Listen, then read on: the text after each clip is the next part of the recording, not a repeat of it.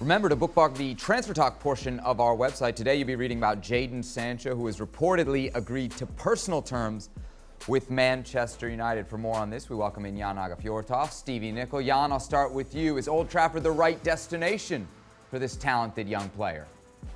Well, it could be, because they need a global player. They need someone which excites that team, and he's been fantastic in Germany, scoring goals, getting assists. There have been some incidents in his season so far, with some golden stakes and some coming late to games. But we used to do that in the old days. But yeah, Manchester United need that kind of player. Having said that, Dortmund think that this coronavirus seasons have given them an extra chance to keep him. So I think the last word hasn't been said. They try to keep him because they expect like 130 million euro, and we'll see if American owners love to do that. They said no to Liverpool with all investments. We'll see what American owners will say to Manchester United.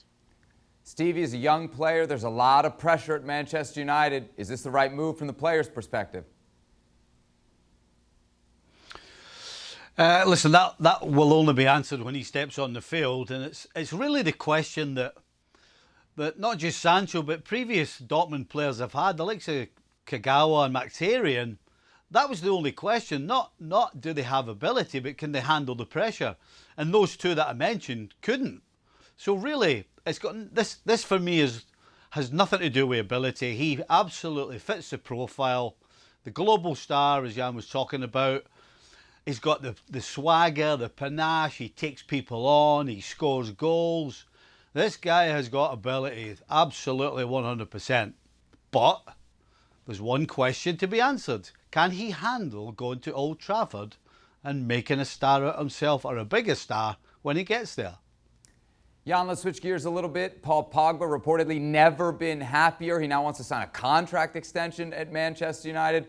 What were the magic words? What did your old mate Ole Gunnar Solskjaer say to turn this thing around?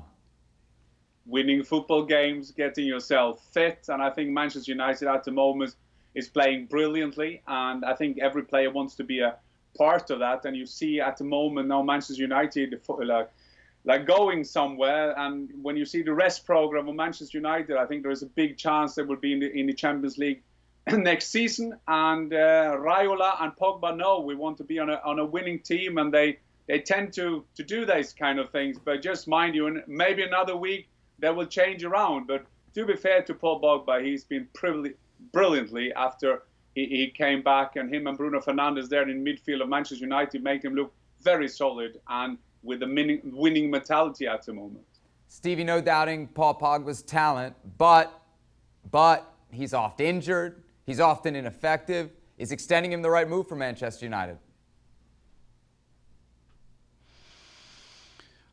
I think so. Look, you don't sound convinced. I think the most important thing here is I get the impression that Paul Pogba wants to succeed at Manchester United. I really do. Manchester United, when he went there, he clearly thought that they were going to build around him and add parts. Unfortunately, it's taken too long, or certainly seemed as though it was taking too long. And Jan mentioned winning games. Winning games and playing with other players who look as though they're ready to hit the heights. It changes your whole thought process. And so, yes, if I'm Man United, I absolutely extend this guy. You don't want to lose Paul Pogba. They're on a great run right now. Everything's looking fantastic at the whole club. So why would you let one of your best players go? That would make no sense to me whatsoever. Yeah, and also, I just want to add, because the market has changed as well, because there was a time pre-corona that maybe there were a lot of destination. You can pick your destination. Now you see this is changing just in front of our eyes, this market. Will he go back to Paris Saint-Germain? No, he wouldn't.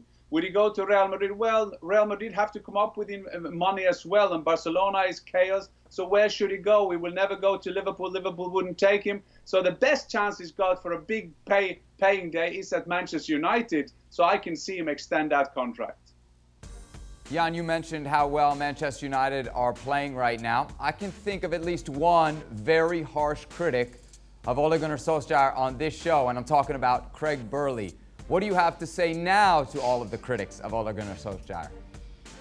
No, I don't think I have to be a lawyer for Ole Gunnar Solskjaer. I think you can see the way he's doing it now. He's doing all these interviews with a better confidence, but much more important, you can see a team that is doing something. You can see what I tried to do.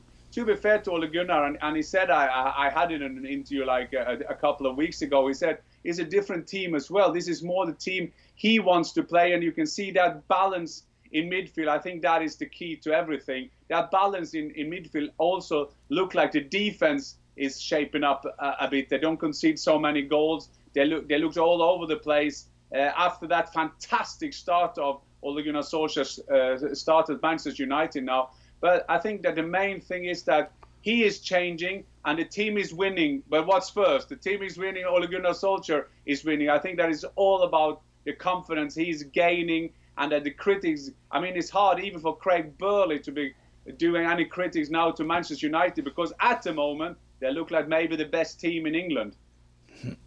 Stevie, we've seen this before from Manchester United, certainly under the current manager. Do you think it's built to last, unlike the last time?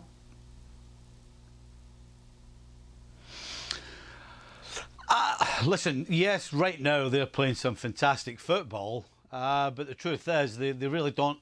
They're not playing any big teams. You know, their next 4 games are against the likes of Villa and Palace, teams that they should and will beat.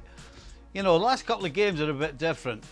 We will see then if they can keep winning through the end of the season and finish in the top 4, because Man City, I think, are almost certainly not going to be in the Champions League next year, which means they'll be in anyway.